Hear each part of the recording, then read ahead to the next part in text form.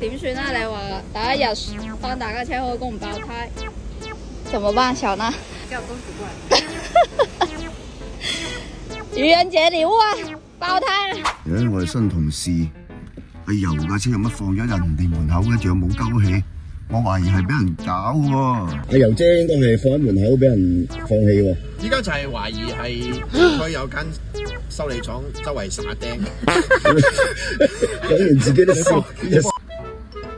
放正人哋門口啲車位，我諗俾人放棄多啦。傻婆唔知掟。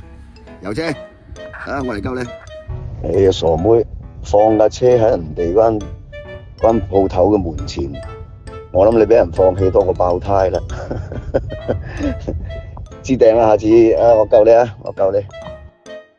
唔係啊，我係圍繞嗰個糧倉嗰陣時，跟住去到人哋嗰度就已經爆咗胎噶啦，即係我到咗就即刻爆啊，唔係人哋放棄。哦，爆住入去嘅。